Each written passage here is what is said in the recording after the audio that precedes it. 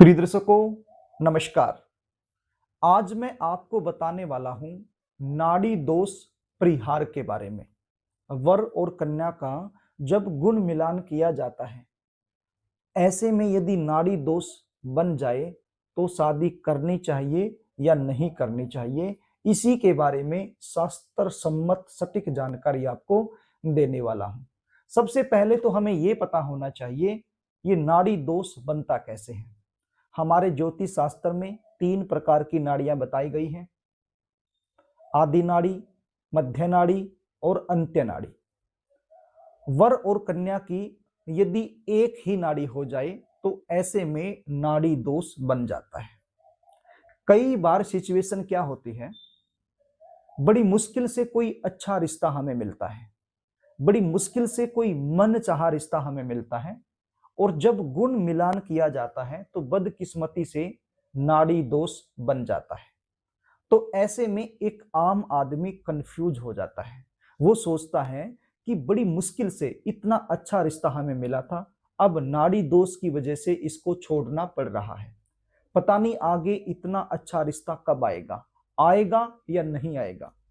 तो नाड़ी दोष के चलते इस रिश्ते को छोड़ें या फिर शादी कर ली जाए, तो वो कंफ्यूज हो जाता है।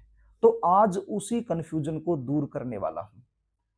हमारे ऋषियों ने कुछ ऐसे सूत्र बताए, यदि वो सूत्र लागू हो जाए तो नाड़ी दोष होते हुए भी शादी की जा सकती है, यदि मन चाहा रिश्ता आया हुआ है तो।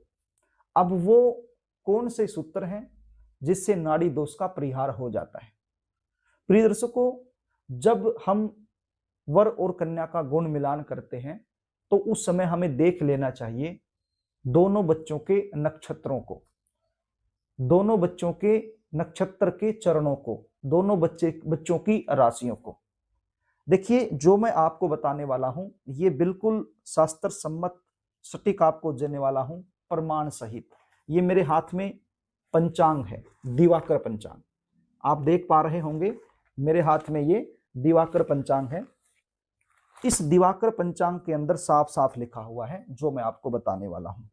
यदि वर और कन्या की एक ही राशि है, ध्यान दीजिए, यदि वर और कन्या की एक ही राशि है और नक्षत्र अलग अलग हैं, तो ऐसे में नाड़ी दोष का परिहार माना जाता है।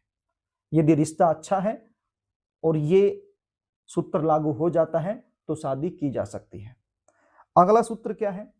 वर कन्या दोनों का एक ही नक्षत्र हो, वर और कन्या दोनों का एक ही नक्षत्र हो और उनकी राशियां अलग अलग हों, तो ऐसे में भी नाड़ी दोष का परिहार माना जाता है। अगला सूत्र क्या है?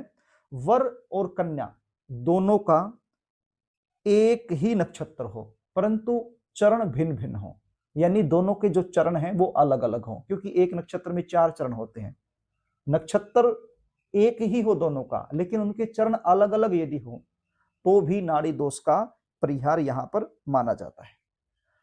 कुछ नक्षत्र दिए हैं विशेष रूप से, यदि उन नक्षत्रों में जन्मे बच्चे हैं तो उनको नाड़ी दोष लगता ही नहीं है। तो वो कौन कौन से नक्षत्र हैं, ये हमारे दिवाकर पंचांग में ही दिया है। ज्योतिष चिंतामणि के अनुसार कहा है रोहिणी नक्षत्र, मृगशिरा नक्षत्र, आर्द्रा नक्षत्र, ज्येष्ठा नक्षत्र, कृतिका नक्षत्र, पुष्य नक्षत्र, श्रवण नक्षत्र, रेवती नक्षत्र और उत्तरा भाद्रपदा नक्षत्र।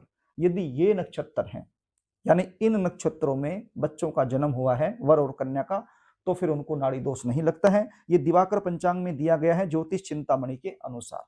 ये जो मत है ये ज्योतिष चिंतामणि का है और दिवाकर पंचांग वालों ने इसमें दिया हुआ है। तो यदि ये परिहार हो जाता है जो मैंने आपको बताया, तो बिल्कुल भी कंफ्यूज होने की आवश्यकता नहीं है।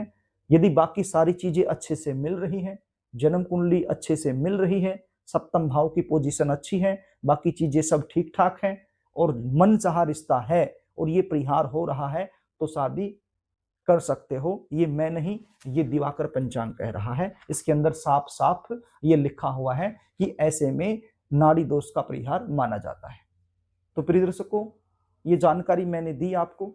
हो सकता है कि ये जानकारी आपको बड़ी काम आए। आप भी शायद इस सिचुएशन में फंसे हुए हो और कंफ्यूज थे कि क्या करें क्या ना करें।